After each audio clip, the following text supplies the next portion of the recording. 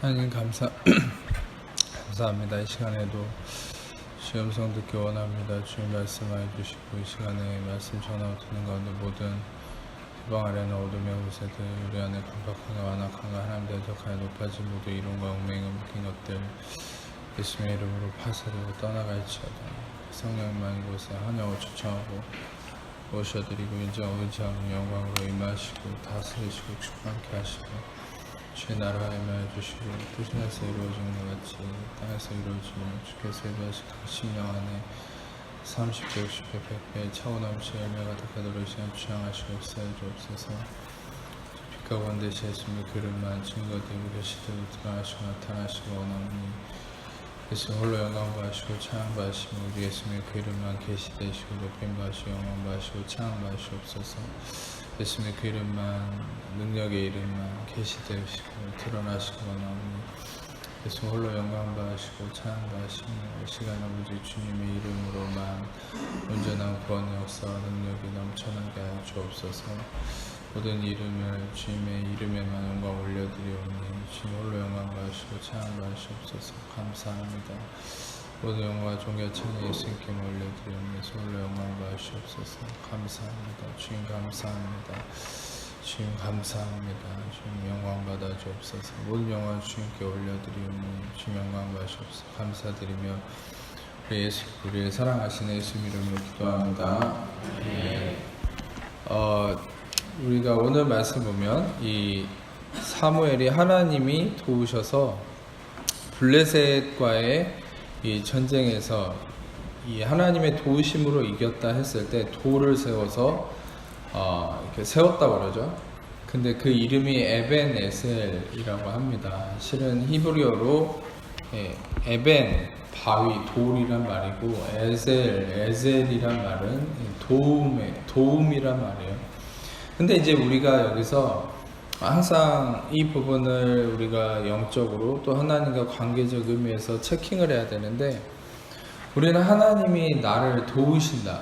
하나님이 나를 함께 하신다. 그래서 God help us. 하나님 우리를 도와주세요. 이것은 솔직히 여러분들이 일상적인 그런 신에 대한 개념을 삼을 때도 우리가 신에게 우리가 도움을 요청하는 식의 그런 개념으로 하나님을 우리를 돕는 분이라고 많이 생각한단 말이에요. 근데 문제는 그게 뭐냐면 항상 이 도움이라는 의미가 전적으로 하나님의 손길을 기대하고 구원의 그 의미를 의지하는 것이 아니라 나는 언제까지나 내가 주체가 돼서 내가 할 수 있는 상황 속에서 하나님이 그냥 나에게 조그만 힘을 더해주는, 그러니까 다시 말하면 내가 무엇을 하는 거에 있어서 내가 주체자고 하나님이 거기에 손을 더해준다는 의미로 이 도움을 많이 생각한다는 거예요. 근데 여러분들 우리가 성경에서 이 하나님이 우리를 도우신다라고 했을 때 그것은 내가 할 수 있는 내가 주체적 역할을 하는 것에 하나님이 이렇게 표현해서 그런데 숟가락 하나 더 얹어주는 그런 의미의 도움이 아니라는 것이죠. 여기서 하나님이 여기까지 우리를 도우셨다라고 했을 때 이 도우셨다는 게 뭐냐? 히브리어로 아자르라는 말입니다. 이 아자르라는 말은 그냥 힘을 더해준다는 의미가 아니라 이거는 구원한다는 의미예요. 아자르라는 히브리어는 구원한다는 말입니다. 다시 말하면 하나님이 도우셨다는 건 하나님이 구원하셨다는 거예요. 여러분, 인간은 스스로 구원할 수 없죠. 인간의 이 존재적 의미가 무엇입니까? 그것은 늪에 빠져 들어가는 의미인 것이에요. 정글에 누군가가 늪에 빠져간다면 그는 발버둥 칠수록 더 그 진흙에 늪에 들어가는 것이에요. 그럼 그 사람을 꺼내주려면 어떻게 해야 됩니까? 누군가가 나뭇가지라도 던져서 밖에서 끄집어 내줘야 돼요. 자기 스스로가 나오려고 발버둥 치면 그는 더욱더 그 늪에 빠져서 결국 죽게 되는 거죠. 인간이 그런 형편인 거예요. 우리가 우리의 힘으로 우리의 방법과 계산과 계획으로 우리가 빠져들어가는 늪이 뭐죠? 근본적으로는 죽음의 늪이죠. 모든 사람이 죄를 범하였으면 하나님의 영광에 이르지 못했고 모든 죄의 삭은 사망이고 인간은 그 죄 삭 때문에 다 죽음을 향해 근본적으로는 지옥이라는 죽음, 또 2차적으로는 삶에서의 죽음. 우리는 결론적으로 예수 안에 있는 자들은 1차적으로는 지옥이라는 죽음에서 해방됐고, 아멘. 2차적으로는 여러분의 삶이라는 죽음, 뭡니까? 염려, 의심, 불안, 초조, 두려움, 삶의 문제, 질병, 고통, 이 모든 것에서 해방이 됐고, 다시 말하면 모든 이 죽음과 사망의 그림자로부터 여러분과 저는 그리스도를 통해서 해방됐죠. 왜입니까? 그것은 여러분 단순히 예수님이 여러분을 도와주셨기 때문이 아니에요. 예수님이 여러분이 죽음에서 구원을 받은 것은 예수님이 그 죽음을 짊어지시고 구원하셨기 때문이에요. 예수님이 짊어지지 않았다면 우리가 짊어져야 될 문제인 거예요. 그 죽음이라. 근데 예수님이 완전한 의인으로서 이 땅에 오셨기 때문에, 예수님이 왜 의인이라는 의미가 중요합니까? 여러분, 죄인은 자기의 죄값을 치러야 되는 거예요. 근데 예수님만이 의인이기 때문에 우리의 죄값을 치를 수 있어요. 우리의 죄값을 치른다는 게 뭐예요? 우리의 죽음을 짊어지셨다. 그래서 바로 예수님께서 십자가를 통해서 피를 다 쏟고 완전히 죽으셨기 때문에 여러분과 저에게는 1차적인 본질적인 또 2차적인 죽음이 있지 않는 것이에요. 아멘. 그래서 여러분과 저는 이 사망의 그림자, 사망의 고통이 있지 않다. 다시 말하면 여러분과 저는 더 이상 죽음의 그림자가 없는 것이죠. 이런 구원을 이루셨다 함이 바로 성경적 진리 안에서 하나님이 도우셨다라는 아자르의 구원인 것이에요. 여러분, 우리는 도우셨다라는 의미, 하나님이 도우신다라는 의미를 하나님이 팔짱 끼고 있다가 우리가 예를 들어서 도와줄 슈퍼맨 하면 슈퍼맨 어디서 나타나서 그냥 슈퍼맨이 아니죠. 요즘에는 도와줄 스파이더맨. 그러면 스파이더맨이 줄 타고 나와서 여러분 잠깐 도와주고 가버리는 그런 의미가 아니라는 것이에요. 도와준다라는 것은 그냥 하나님이 평상시에는 나랑 멀리 계시다가 내가 도움이 필요할 때만 그 부분에 대해서 메꿔주고 가는, 그게 아니라는 것이에요. 도와준다는 이 구원이라는 것은 전적으로 여러분 삶의 모든 것에 기반이 되는 것이에요. 여러분이 지금 실상 무언가를 주도적으로 해나가고 있는 게 있다 할지라도 그 기반은 여러분 하나님이 여러분의 예수 그리스도를 통해서 구원이 되시기 때문에 그것이 이루어지고 있다는 것을 우리는 영적인 눈으로 볼 수 있어야 돼요. 그러니까 구원이란 무엇입니까? 구원이란 예수 그리스도가 나의 삶의 모든 것에 기반이 된다는 것이죠. 자, 역대상 15장 26절을 보겠습니다. 같이 읽어보겠습니다. 시작.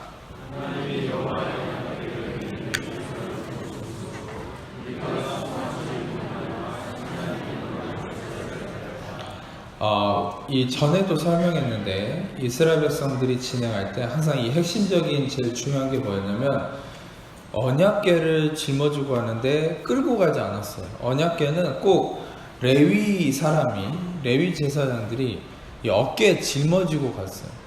근데 여러분 생각해 보세요. 전에도 비유를 드렸지만 이 언약궤는 130kg입니다.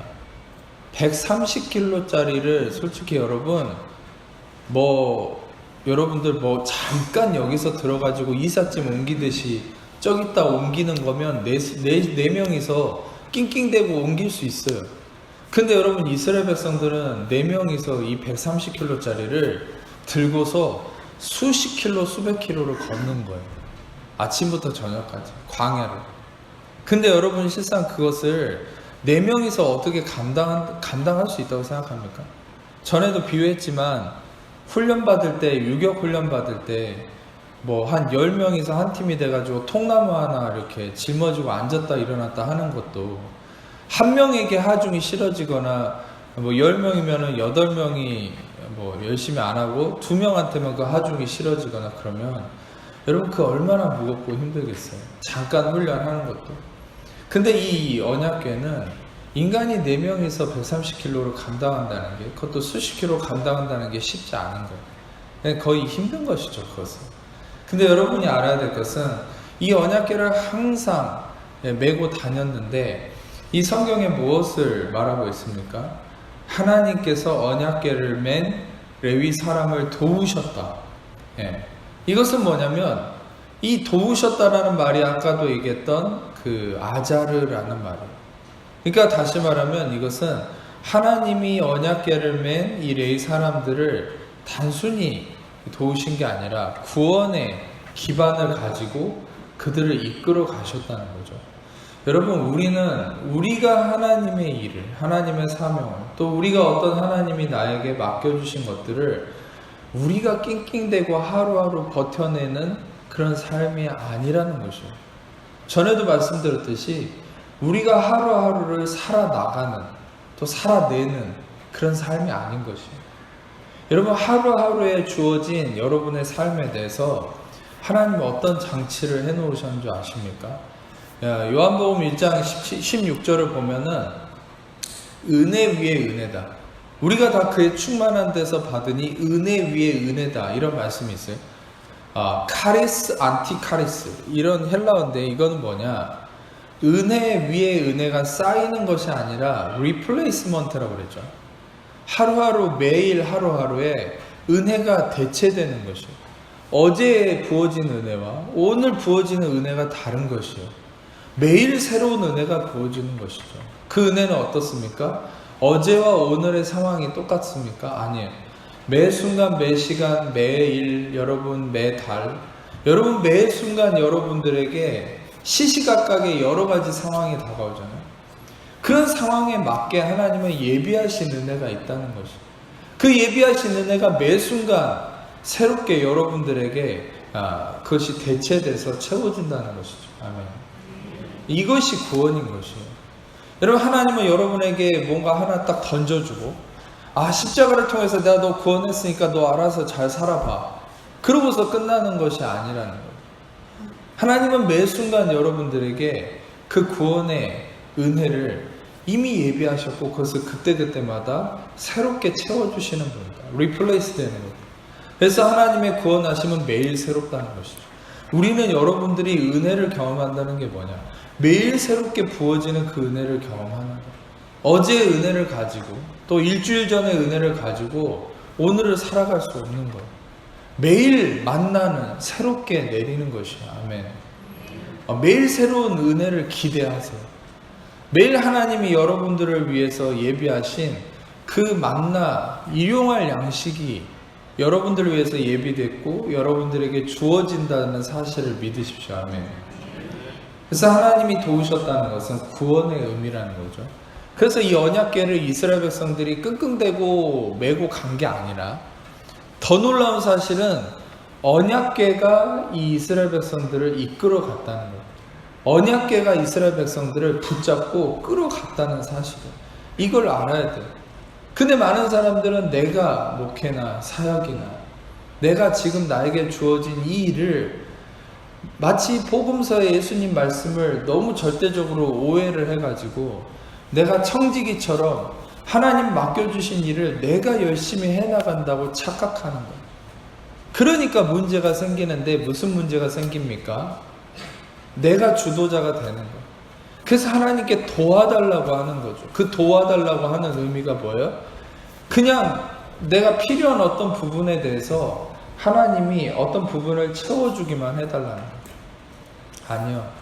여러분, 하나님의 도우심은 그냥 필요한 부분을 채워주는 게 아니라 그분이 여러분을 중심으로 이끌어 가는 것이에요. 아멘. 마치 여러분 이런 겁니다. 여러분들을 들어서 끌고 가는 거죠. 들어서 업혀서 가는 거죠. 여러분들 이스라엘 백성들이 광야를 40년을 지냈지만, 광야는 아무것도 없는, 낮에는 뜨겁고 밤에는 추운 곳이거든요. 근데 성경에서 뭐라 얘기하냐면 이스라엘 백성들의 그 40년 광야의 결론이 뭐냐? 신발과 옷이 하나도 찢어지지 않았다. 이건 초자연적인 일인 것이에요. 우리는 1년만 옷을 입고 신발을 신어도 새 거 사야 돼요. 근데 이스라엘 백성들은 40년을 광야에서 헤맸는데 신발과 옷이 헐어지지 않았다. 이게 뭐예요? 바로 하나님이 그들을 들어서 광야에서 이끌어 갔다는 거예요. 할렐루야. 여러분, 그리스도인의 삶이라는 뭔지 아세요? 내가 험난한 파도를, 풍랑을 헤쳐나가는 게 아니에요. 그래서 우리는 이런 아주 오류에 빠지는 거예요. 내가 열심히 인생을 살았다고 생각하는 나의 의에 취해 있는 사람들은 뭐라고 얘기하는 줄 아세요? 나 이만큼 고생했다 그거예요. 나 이만큼 하나님의 도우심을 빙자해서 말은 간증이라고 하면서 항상 결론은 뭐예요? 내가 이만큼 고통과 고난을 견뎌서 말은 꼭 하나님이 도우셨다고 얘기하면서 내가 이렇게 예수의 흔적이 남았다 이런 식으로 이제 자랑하는 거죠. 아니요. 여러분, 우리가 그 고난을 견뎌온 것이 아니에요. 하나님이 여러분을 어떤 죽을 만한, 여러분 흔적도 없이 사라질 수 있는 그런 상황 속에서 하나님이 여러분을 붙들어서 이곳까지 인도하신 것이 맞는 거예요. 여러분이 헤쳐온 것이 아니에요. 여러분이 헤쳐와서 지금 그 고난을 잘 견뎌서 지금 그렇게 여러분이 잘난 게 아니라 하나님이 이끌어왔기 때문에 죽지 않고 살아있는 거야. 더 최악이 될 수 있었어요. 여러분 흔적도 없이 먼지처럼 사라질 수도 있는 게 우리의 존재. 근데 여러분이 지금 이곳에 앉아있고 이곳에 있는 게 무엇입니까? 크게 하나님의 구원과 도우심 때문인 거예요. 아멘. 어떤 분들은 오해할 수 있는 부분이 있는데 하나님이 그런 문제도 나에게 일어나지 않게 하실 수 없었을까? 하나님이 왜 그런 문제를 일어나게 하셨을까?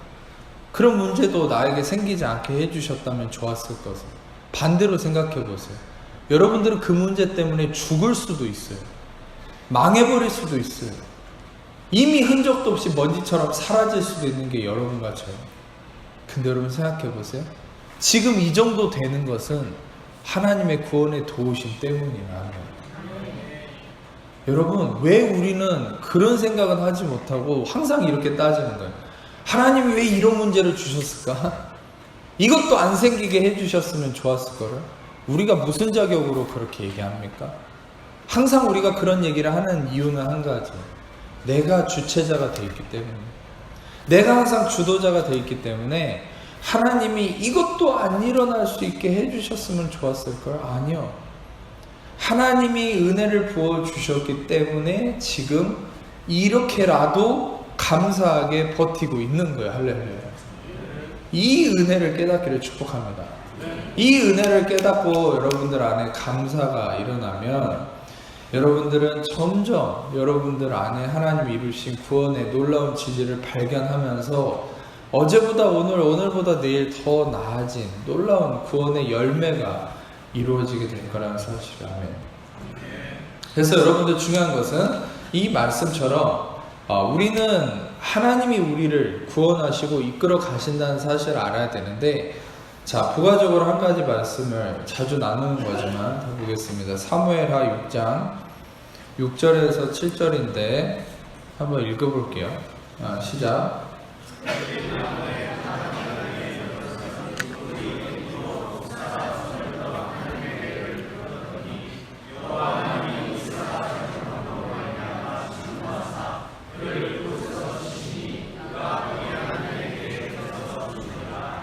예, 우사는 말 그대로 이름이 우즈라는 힘이라는 그 이름이라고 그랬죠. 근데 이 우사가 손을 들어서 하나님의 궤를 붙들었다. 의도는 선한데, 왜냐하면 언약궤가 넘어지려고 하니까. 근데 그 의도가 선한데 중요한 것은 언약궤를 붙들었다. 아하즈라는 히브리어인데 이건 뭐냐면 소유한다는 거예요. 전에도 소개했듯이 예수님이 여러분을 소유하고 있는 삶이라는 걸 깨달아야지, 내가 예수님을 소유하고 붙잡고 내가 예수님을 도구로 삼아서 신앙생활을 해나가고 하루하루 살아가는 삶은 죽음에 이르는 삶이에요. 그게 뭐냐면 바리새인과 율법주의자들이었어요. 왜? 율법을 자기 손에 쥐고 자기가 지킬 수 있는 수준에 낮춰가지고 내가 이렇게 신앙생활을 잘했다라고 자랑하고 살았던 거예요. 그러니까 책망을 받고 저주를 받은 거죠. 근데 아무리 여러분이 예수 믿고 신앙생활을 한다 해도 40년, 50년, 100년을 신앙생활해도 내가 예수님을 도구 삼아서 내가 붙잡고 내가 언약궤를 끙끙대고 끌고 가는 삶, 언약궤는 예수님을 상징하거든요. 내가 예수님을 등에 업고 짊어지고 가려는, 내가 막 이 십자가를 짊어지고 걸어가는 삶은 뭐예요? 그건 저주예요, 저주. 근데 여러분에게 있어서 진짜 축복이라는 게 뭐예요? 예수님이 여러분을 업고 가는 거예요. 아멘. 예수님이 여러분을 어떤 면에서 여러분 이걸 제발 오해하지 마세요. 여러분들한테 사명을 맡겨주고 이렇게 잘 해야지라고 예수님이 막 말은 그렇듯하게 포장하죠. 예수님 뭐 기다려주신다, 뭐 예수님이 훈련하신다. 아니요. 예수님이 여러분한테 맡겨주고 기다리는 게 아니라 예수님이 여러분한테 맡겨준다고 할지라도 그것을 이끌어가고 계셔요. 이미 여러분한테 어떤 직분이든, 심지어 저도 목회라는 어떤 목사라는 직분을 하나님이 주셨다 해도 저한테 맡겨주고 하나님이 기다리는 게 아니에요. 평가하려고 저를 기다리는 게 아니라 하나님이 저를 이끌어가고 계시는 거예요. 근데 이 진리를 모르기 때문에 평신도든 목회자든 또 일반 여러분 삶 속에서의 사명을 가진 분들도 여러분이 성과를 내려고 안간힘을 쓰다가 지쳐서 다 나가 떨어집니다. 어떻게 나가 떨어집니까? 마음이 분리되는 거예요. 양다리 걸치는 거예요. 여러분, 왜 성도들이 한쪽은 하나님, 한쪽은 세상 이렇게 왔다 갔다, 물론 세상이라는 게 곧 정욕적인 의미만이 아니라 내 인간적인 힘으로 살아가는 모습을 의미하는 거죠. 왜 그렇게 마음이 나눠져 있을까요? 어쩔 때는 하나님 의지하고 어쩔 때는 내 힘으로 살고. 왜 마음이 나눠질까요? 그것은 여러분들 안에 온전히 하나님께서 이 구원을 이루신다는 구원자로서의 믿음이 아니라 내가 구원을 이루는 믿음이 있는 것이죠. 그래서 하나님이 나한테 맡겨줬다고 믿는 거예요. 아니요. 맡겨주셨다라는 표면적 의미가 있지만 하나님이 맡겨주신 이도 하나님이시고 그것을 이끌어 이루시는 분도 하나님이시라며. 그래서 빌립보서 2장에 뭐라고 하십니까? 하나님이 그 기쁘신 뜻을 위해서 우리의 마음에 소원을 두고 행하게 하시나니 너희의 안에서 행하시는 이는 하나님이시니 그의 기쁘신 뜻을 위해서 너희 마음에 소원을 두고 행하게 하시니. 너희 안에서 에네르게오라는 헬라어를 써서 이 에네르게오는 모든 것을 가능하게 하는 힘을 의미하거든요. 여러분이 무엇을 한다 했을 때 그것은 여러분이 하나님께 힘을 받아서 하는 게 아니라 여러분 안에서 행하시는 이가 예수님이시고 하나님이시고 성령님이심을 깨닫기로 축복합니다. 예. 근데 이 일을 내가 한다고 믿기 때문에, 내가 한다고 생각하기 때문에 우리는 마음이 나눠지는 거예요. 하나님과 점점 멀어지는 거예요. 하나님이 나한테 이런 좋은 일을 맡겨줬는데 우리는 어차피 실패하거든요. 우리는 어차피 매일같이 실수하고 넘어지거든요. 근데 여러분, 중요한 게 뭐예요? 하나님이 나한테 그런 상황 속에서 맡겨줬다고 생각하면 매일 실수하는 우리는 나 자신을 보면서 하나님한테서 아담처럼 부끄러워서 두려워서 숨을 수밖에 없는 거예요. 네, 그게 선악과를 먹는 행위예요. 뭐예요? 내가 뭔가를 성취하려는 삶. 아니요. 하나님이 여러분에게 맡겨주시든 뭘 주시든 보여주시든 부르시든 뭘 했든지 간에 진리는 뭐예요? 하나님이 여러분 안에서 행하고 계시는 거예요. 예수님이 그걸 성취하시는 거예요. 아멘. 여러분에게 맡겨준 어떤 비전이든 사명이든 무엇이든 그걸 이루실 수 있는 분은 예수님밖에 없습니다. 아멘. 이미 십자가를 통해서 이루셨고 또 그것을 이루어 가시는 거예요. 이 진리를 깨달을 때 우리는 안식할 수 있어요. 안식함으로 기뻐하고 주님을 기대할 수 있어요. 안식함으로 주님을 기대하는 자를 통해서 주님이 구원을 이루십니다. 네, 마태복음 8장 23절에서 27절을 같이 읽겠습니다. 시작.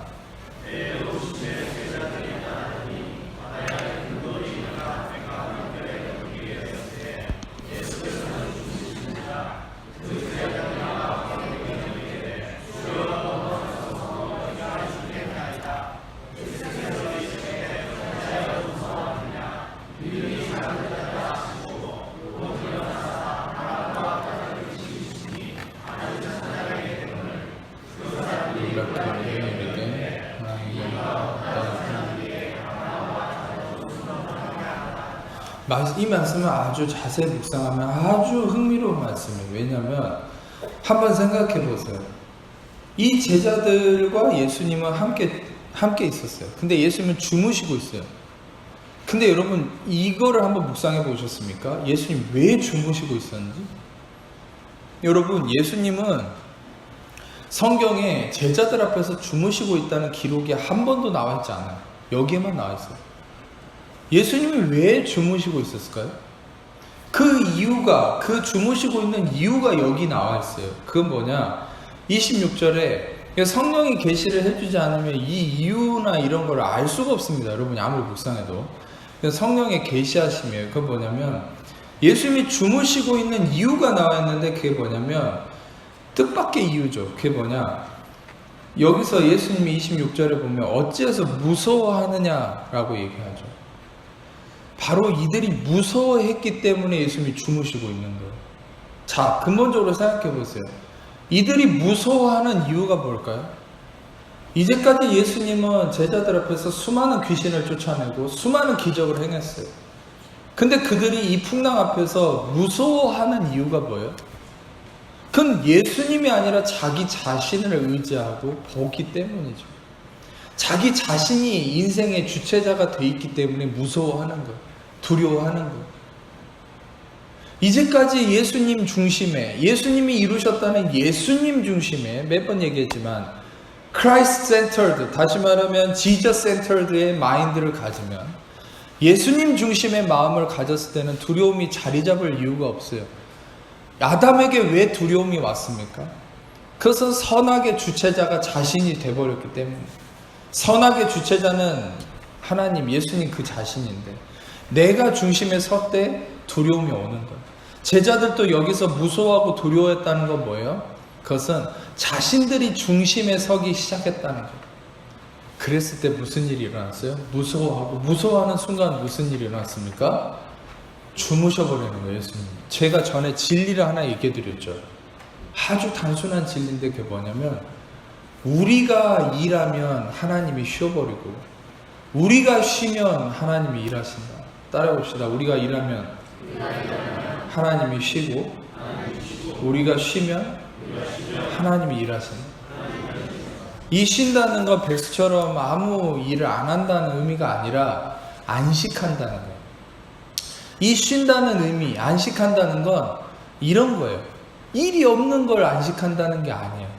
이런 사람 있죠. 일이 많은데 마음의 기쁨과 평안과 여유가 넘치는 거예요. 그런 사람이 있어요. 일이 많지만 조급함으로 하는 사람은 일을 그르치게 돼 있어요. 분주함으로 하면. 근데 일이 많아도 여러분 안식함과 기쁨으로 할 수 있어요. 이런 은혜가 있기를 축복합니다. 이런 자들은 쉬면서 일하는 거예요. 마음에 쉼이 있는 거예요. 그러니까 일이 잘 되는 거예요. 아멘. 근데 이게 바로 진정한 안식이라는 거죠. 자, 내가 겉에 표면적으로는 일이 많지만 분주하지만 안식함으로, 어떻게 안식하고 평안할 수 있습니까? 그리스도가 다 이루시고 하나님이 구원을 이루셨다라는 아까 얘기했던 아자를, 하나님이 구원을 이루신다는 이 믿음, 예수님이 십자가를 통해서 다 이루셨다는 이 믿음이 확실할 때, 이 은혜 복음이 확실할 때 여러분들은 안식하는 거예요. 여러분 쉬는 거예요. 그러면 하나님이 일하심으로 어떻게 됩니까? 모든 결과가 열매로 나타나는 거예요. 할렐루야. 근데 반대의 경우는 열매가 없겠죠. 네. 그건 내가 일하고 분주해버리면 썩은 열매만 나와. 다시 말하면 내가 무서워하고 두려워한다는 게 뭐예요? 내가 성과를 이루려고 분주하고 조급해하고 그럼 두려워하고 무서워하고 그러면은 예수님이 주무시는 거예요. 그러면은 예수님이 주무시는 순간에 어떻게 됩니까? 풍랑이 이제 여러분의 인생을 뒤흔드는 거예요. 막 난리가 나는 거예요. 그러면은 어제 설교 듣고 오늘 또 은혜 받았는데 풍랑이 뒤흔드니까 어떻게 됩니까? 죽을 것 같은 거예요. 그러니까 제자들처럼 뭐라고 합니까? 우리가 죽을 것 같다고 죽겠다고 난리치는 거죠. 그런데 자, 여기서 아주 반대적인 진리가 하나 나와 있습니다. 이 제자들이 그 상황 속에서 예수님을 깨우면서 주여 구원하소서 이렇게 얘기하죠. 여기서 진정한 하나님의 예수님의 도움을 요청하는 거예요. 여러분, 우리가 하나님의 도움을 받는다는 게 뭔지 아세요? 그분의 구원하심, 이 진리 안에 거하는 거예요. 할렐루야. 여러분, 더 이상 하나님의 도우심을 내가 필요한 그것만 딱 도와주고 스파이더맨처럼 가버리는 이걸 생각하지 마세요. 진정으로 여러분을 구원하시는 구원하심이 여러분을 도우심의 의미인 거예요. 이 제자들은 이제 자기가 자기 스스로를 구원할 수 없음을 깨달았어요. 그러니까 구원해주세요, 구원해주세요, 예수님. 그랬을 때 예수님이 일어나서 잠잠케 하셨다. 할렐루야. 예, 이 말씀을 오늘 여러분에게 진리로 적용하세요. 이 말씀이 여러분에게 레마가 될 것이죠. 여러분이 구원자로 서지 마십시오. 그분이 여러분의 구원자로서 여러분을 진정으로 구원함으로 돕는 이심을 믿고 구원의 의미로서 예수님을 부르세요. 구원하심을 믿고 그 구원을 선포하세요. 할렐루야. 이 구원해달라는 의미는 오해하지 마세요. 여러분이 구원받지 못했는데 십자가가 이루어지지 않았는데 도와달라고 매일같이 기도하라는 의미가 아니라 여기서 구원하소서라는 의미는 뭔지 아세요? 구원을 선포하라는 거예요. 그게 뭡니까? 매일같이 예수님이 십자가를 통해서 이미 여러분의 모든 과거, 현재, 미래 모든 일을 다 이루셨다는 걸 믿음으로 선포하라는 거예요. 아멘. 이 구원을 선포하세요. 구원이신 예수님을 선포하세요. 그러면 어떻게 됩니까? 예수님께서 잠잠하라. 여러분의 모든 흔드는 문제들이 안식이 찾아옵니다.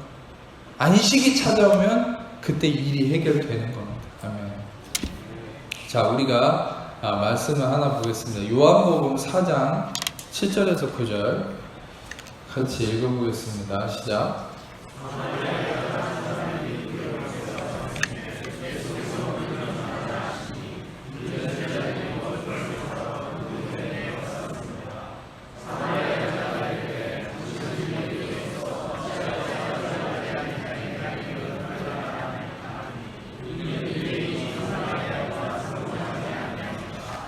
매번 나누는 말씀이지만 아주 놀라운 진리가 아주 많습니다. 그 중에 하나를 또 소개를 하려고 하는데, 여기서 보면은 요한복음 4장 7절에 빨간 글자로 물을 좀 달라. 빨간 글자가 무슨 의미인지 알죠? 예수님의 대사는 빨간 글자로 되어 있어요. 한글 성경. 근데 물을 좀 달라. 예수님이 오셔서 이 여자에게, 사마리아 여인에게 물을 좀 달라 했을 때 헬라어로 뭐라 쓰였냐면 물을 좀 주라 했을 때 디도미라는 헬라. 이거는 뭐냐? give, 준다라는 거예요. 그러니까 물을 주라는 거예요. 이게 무슨 말이에요? 물을 주라는 건데 여러분 예수님의 의도가 있어요. 예수님이 이 아래 구절을 내려가 보면은 진정한 물은 너한테 없다는 거죠. 진정한 생수는 나한테 있다는 거예요. 그 얘기를 하시거든요. 근데 지금 그런 상황 속에서 예수님이 이 여자한테 물 좀 달라고 하는 의미가 뭔지 아세요? 물이 없는 사람한테 물을 달라고 하는 거예요. 지금 이 상황. 여러분 물리적인 지금 보여지는 그 액체로서의 H2O로서의 그 물을 의미하는 걸까요? 아니요. 그 의미로서의 물을 예수님이 주라고 하는 게 아니에요. 목마르지 않는 진정한 생수를 주라. 여러분 그 생수가 이 여인은 없잖아요. 없는 사람한테 왜 주라고 하는 거예요? 그것은 인간이 끊임없이 이 물을 자기가 줄 수 있다고 교만하게 자신해왔기 때문에, 마치 바리새인들이 율법을 지킬 수도 없고 완성할 수도 없는데 자기들이 지킨 척만 했을 때 예수님이 더 높은 수준의 완벽한 율법을 얘기하면서 너희들은 겉으로만 간음하지 않고 살인하지 않았다고 했지만 마음으로도 음욕을 품고 누군가를 미워했다면 너희들은 이미 율법을 어긴 거야. 이것을 복음서로 오해해가지고 많은 잘못된 신학자들이나 설교자들이 뭐라 합니까? 예수님이 더 높은 기준을 얘기했기 때문에 예수님도 우리한테 율법을 지키라고 강요했다고 얘기하는데, 그게 말이 안 되는 게, 그러면 죄인들과 세리들한테는 왜 예수님이 율법을 강조 안 했을까요? 똑같은 유대인들인데, 이방인이란 몰라도. 유대인들한테도 예수님이 죄인들과 세리들은 율법을 율자도 얘기 안 했어요. 바리새인과 서기관들한테만 율법을 들이대고 얘기했어요. 그게 뭔지 아세요? 하도 자기들이 율법을 지키고 수호하고 완성할 수 있다고 자신해왔기 때문에 그들의 어떤 자기의를 깨트리는 거예요. 한계성을 드러내려고 하는 거예요. 인류는 이제까지 자기가 신에게, 자기가 무언가를 생수를 끌어올리는 생수의 근원이라고 착각했어요. 인간들. 그게 인류의 모습인데 그게 뭐냐면 인류 최초의 하나님께 이르려고 하는 바벨탑이죠. 제가 전에도 설명했듯이 바벨탑이 뭐라고 알고 계십니까? 하늘에까지 탑을 쌓았는데 그 탑의 꼭대기는 펜트하우스를 만들어놨어요. 거기에는 좋은 음식, 안락한 장소, 아름다운 여인들을 두고 이 사람들이 거기에 신이 내려와서 머물다 가라고. 그렇게 만들어 놓은 게 바벨탑이에요. 하나님이 그거를 싸그리 다 부셔버렸죠. 그리고 그 당시에 모든 언어가 하나였는데 바벨이라는 말, 그게 뭐냐? 혼잡하다. 다시 말하면 그 순간에 모든 언어를 다 흩어버렸어요. 하나님. 인간이 서로 도모해서 나에게 대적하려고 한다. 여러분, 인간의 완악함이 뭔지 아세요? 항상 자기의 힘으로 하나님에게 이를 수 있다는 거예요. 인간의 완악함이자 우리의 육신적 완악함이에요. 여러분과 저의 완악함이에요. 그게 뭐예요? 내가 하나님께 이를 수 있다고 착각하는 거예요. 우리는 매일같이 어떤 면에서는 육신에 속아서 우리 스스로가 바벨탑을 짓고 있는지 모르겠어요. 내가 이렇게 해서 하나님을 대접해드린다. 내가 이렇게 하면 아까 얘기했던 것처럼 바벨탑의 펜트하우스처럼 하나님이 내가 이렇게 이루어 놓은 것에 하나님이 쉬었다 가시겠지? 착각하는 거예요. 여러분들이 무엇을 할지라도 여러분들은 하나님께 티끌만큼도 해드릴 수 없는 존재라는 걸 깨달아야 돼요. 아멘. 그러니까 예수님이 이 여인한테 지가 뭘 할 수 있다고 착각하는 사람이기 때문에 네가 물을 줘봐. 한번 줘봐. 그렇게 얘기를 하는 거예요. 여러분, 예수님이 이 여인이 아무것도 줄 수 없는 존재인데도 지가 줄 수 있다고 착각하는 사람이라는 거를 증명하는 말이 나와 있어요. 그게 뭐냐면 9절에 보면은 사마리아 여자가 당신은 유대인으로서 어찌해서 사마리아 여자인 나에게 물을 달라 하십니까? 여러분, 재밌죠? 여기서 원어를 연구해야 되는 포인트가 나와 있는 거예요. 분명히 보시면은 7절에 아까 제가 얘기했던 것처럼 예수님이 여인한테 물을 주라라고 얘기했을 땐 디도미인데, 여기서 여자가 나에게 물을 왜 달라고 하십니까? 라고 했을 때 똑같은 물을 달라라는 말이면 디도미가 써야 되는데 디도미가 아니라 여기서는 아이테오라는 단어를 쓰고 있어요. 아이테오. 아이테오가 뭔지 아세요? 아이테오는 무언가를 결핍을 가진 을이라는 결핍을 가진 존재가 무언가를 가지고 있는 갑이라는 존재한테 요청할 때 아이테오를 쓰는 거예요. 다시 말하면 이 말은 뭔지 아세요? 이 여인은 남편이 5이 있었고 6번째 남자가 있고 아무것도 인생의 만족함을 누릴 수 없고 인생을 방황하면서 살아왔던 갈급에 빠진 물 한 모금을 먹을 수 없어서 목이 말라 죽어가는 인생인데 자기가 뭔가 지금 물을 뜨고 있으니까 표면적으로만 생각하고 예수님한테 뭐라 하는 줄 아세요? 예수님, 지금 당신한테는 물이 없고 내가 물을 가지고 있기 때문에 내가 물을 줄 수 있는 갑이라는 거예요. 지금 내가. 예수님은 당신은 을이라는 거예요. 당신은 물이 없다 그 말이에요. 지금 내가 물을 한 동이 가지고 있고.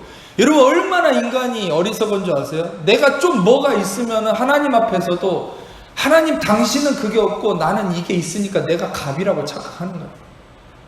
여러분이 신앙생활을 어떻게 해온 줄 아세요? 어떤 면에서는 내가 이거 신앙생활 해오고 지켰기 때문에 내가 이거 지켰다 그 말이에요. 지금 하나님 앞에서 내가 갑이라는 거예요. 오늘 식당 봉사하고 오늘 청소하고 오늘 목회하고 오늘 뭐 했기 때문에 내가 하나님 앞에서 이거 했기 때문에 내가 갑이라고 하나님 앞에서 떵떵대고 있는 거예요. 하나님 앞에서, 예수님 앞에서. 근데 예수님은 뭐라는 거예요? 너는 물이 없잖아. 나한테 물을 줘봐 한번. 네가 물이 없다는 걸 깨달아야 되니까. 근데 이 여자는 뭐예요? 물이 없다는 걸 깨닫지 못하고 자기한테 물이 있다고 지금 갑행세를 하고 있다는, 이 말씀 이해가 되십니까? 벌써 이 똑같은 본문, 이 의미만 몇 차례 지금 설명을 설교 파일을 통해서 하고 있기 때문에 반복해서 들어보세요. 저는 여러분들이 어쨌든 반복해서 듣다 보면 언젠가는 바위에 이름 새기듯이 새겨질 날이 오겠죠. 할렐루야. 갑행세를 좀 하지 말라 그 말이에요. 예수님께서 지금 이 말씀을 하는 거예요. 물이 진정한 생수가 없는 여인에게 물을 주라. 디도미, give me water, give me. 근데 물이 없는 여자거든요. 여러분들에게, 여러분 다시 말하면 여러분이 뭔가를 자신하는 순간 하나님은 그런 게 있어요. 뭔가를 여러분이 자신만만하잖아요. 그러면은 여러분이 할 수 없는 걸 하나님이 요구해버려요. 그럼 우리는 우리의 한계에 직면하거든요. 여러분, 인간에게 있어서 진정한 축복이 뭔지 아세요? 우리가 우리의 한계에 부딪혀요. 그게 우리에게 축복이에요. 인간이 자기의 한계를 깨닫지 못하고 직진만 하면은 절벽으로 떨어지게 돼 있어요. 근데 하나님이 여러분의 한계에 부딪히게 하는 순간, 그때 우리는 무엇을 외치게 돼 있어요? Save me, save me. 나를 구원해 주세요. 여러분, 바로 제자들처럼 구원해 달라는, 이 한계에 부딪혔을 때 구원해 달라는 이 요청이 나오는 순간, 그때 구원의 사닥다리가 하늘에서 내려오는. 할렐루야. 네, 우리가 전에도 비유했죠. 우리가 바벨탑을 쌓아서 하늘로 올라가는 인생이 아니라 야곱의 축복처럼 하늘에서 사닥다리가 내려와서 그 축복이 하늘에서 내려오는 거예요. 아멘. 그 구원의 손길이 하늘에서 내려오는 거지, 여러분이 구원의 손길을 창출하고 이루어가는 삶이 아니라는 것이에요. 여러분에게 물이 있지 않아요. 여러분에게 생수가 있지 않아요. 이걸 얼른 깨닫기를 축복합니다. 오늘 말씀을 통해서 여러분들 스스로가 목을 채울 수 있는, 영원히 목마르지 않는 생수가 여러분에게는 절대 있지 않다는 걸 깨닫기를 축복합니다. 그 생수가 누구한테 있어요? 예수님한테 있어요. 그러니까 예수님이 오늘 본문을 읽지는 않았지만, 시간이 벌써 이렇게 되거든요. 빨리 마무리하게. 예수님께서 이 본문을 읽지 않았지만 아래절을 내려가 보면 이런 말씀을 하고 있어요. 제가 읽어드릴게요. 만일 네가 하나님의 선물과 물을 좀 달라 하는 네가 상대하는 내가 누군 줄 알았다면 네가 그에게 구했을 것이고 생수를 너한테 줬을 거다. 근데 이 여자는 11절에 보면은 주여 물기를 그릇도 없고 이 물은 깊은데 어디서 당신이 생수를 얻겠습니까? 이 여자는 계속 초점이 어디 있는 거예요? 표면적인 도움, 표면적인 삶, 껍데기,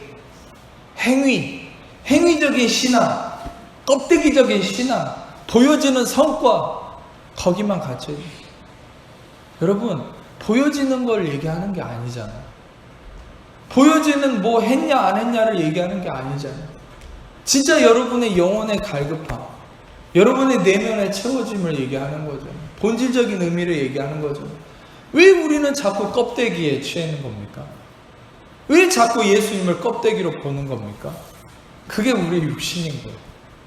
그래서 저는 영의 본질인 은혜의 복음, Gospel of Grace를 여러분에게 왜 얘기하냐? 이게 바로 생명이기 때문에 그렇습니다. 아멘. 영의 말씀이란, 여러분들 은사주의자들 얘기하는 것처럼 막 신비로운 일이 일어나는 그걸 영의 세계라고 하는 게 아니라 바로 껍데기적인 여러분의 신앙을 탈피해서 이런 본질적인 그리스도 중심의 말씀, 다시 말하면 그리스도의 말씀 중심의 믿음을 갖는 삶, 이게 여러분들의 진정한 하나님이 원하는 생명의 삶이다. 그래서 여러분들 이 말씀처럼 진정한 도움은 그리스도를 통해서 온다. 우리에게는 우리를 만족시킬 수 있는 힘이 없다. 로마서 11장 35절과 36절 읽고 이제 마무리하겠습니다. 시작.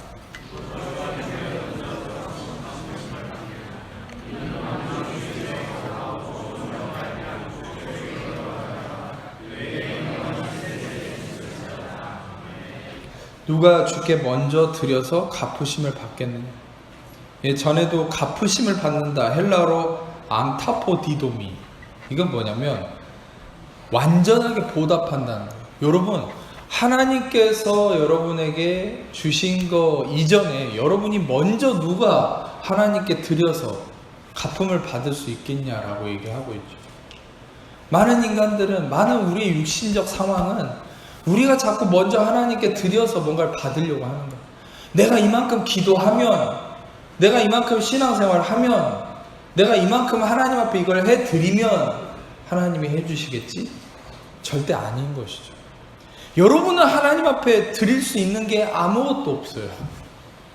여러분, 이걸 얼른 깨닫기를 축복합니다. 제일 교만한 사람이 그런 거예요. 내가 하나님께 뭘 할 수 있다고 생각하는. 여러분, 제가 한번 원리를 얘기해 드릴까요? 하나님은 교만한 자를 대적하시거든요. 교만한 자를 대적한다는 게 뭔지 아세요? 목이 뻣뻣한 사람이 교만한 게 아니라 하나님이 대적하는 사람의 특징이 있어요. 그게 뭐냐면 내가 하나님한테 뭘 해줄 수 있다고 착각하는 게 그게 교만이고, 그런 사람을 대적하는 거예요. 하나님.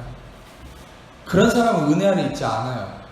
내가 하나님 앞에 하나님께 뭘 해줄 수 있다고 생각하는, 착각하는 사람.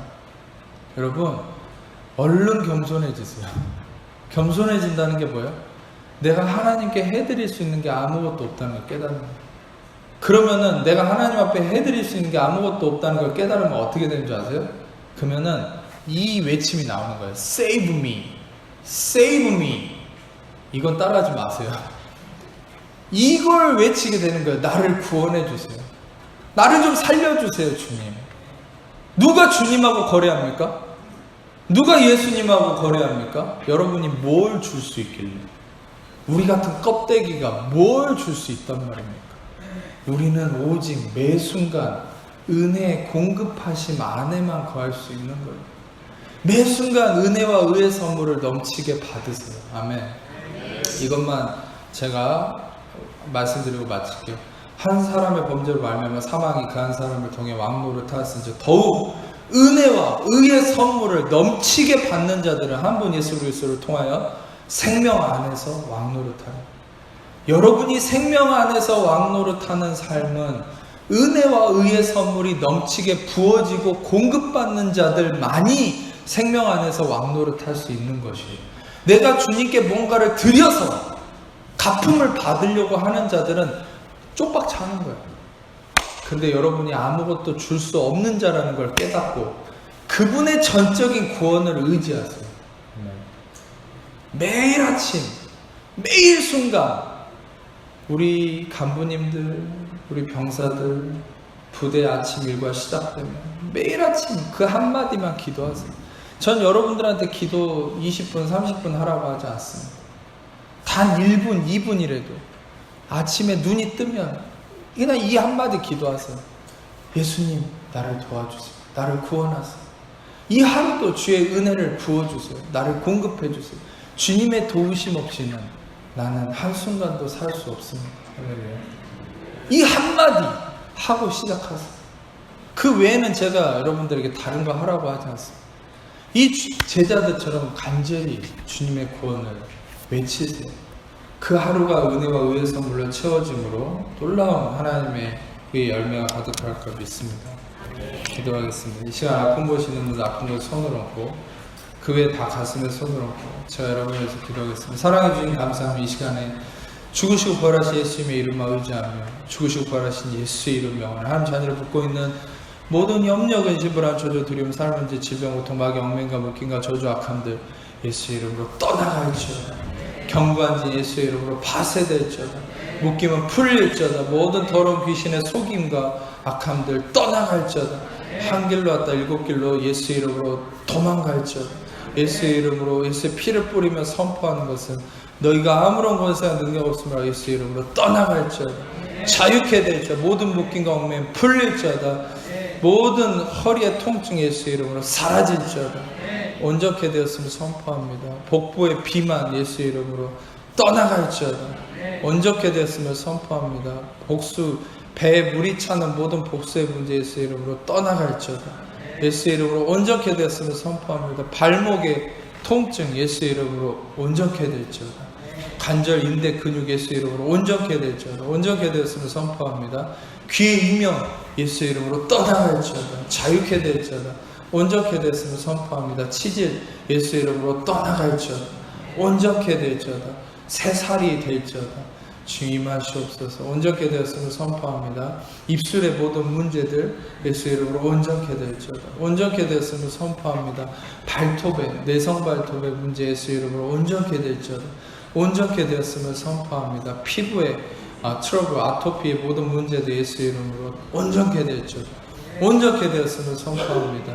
주님 감사합니다. 주님 감사합니다. 척추의 문제 예수 이름으로 온전케 될지어다. 척추의 휘어짐 예수 이름으로 바로 잡힐지어다. 꼭 올바르게 설지어다. 예수 이름으로 온전케 되었음을 선포합니다. 주님 감사합니다. 머리카락에 빠지는 두피의 문제 예수 이름으로 온전케 될지어다. 머리카락이 새롭게 날지어다. 주님 감사합니다. 주님 영광 받아 주옵소서. 시력이 나빠서 있는 모든 문제들 예수 이름으로 시력이 좋아질지어다. 시력의 모든 문제, 눈의 모든 문제 예수 이름으로 온전케 될지어다. 온전케 되었음을 선포합니다. 주님 모든 영광 주님께 올려드리며 우리를 사랑하시는 그리고 또한 두통의 문제 예수 이름으로 떠나갈지어다. 감사합니다. 모든 영광 주님께 올려드리며 우리를 사랑하시는 예수님 이름으로 기도합니다.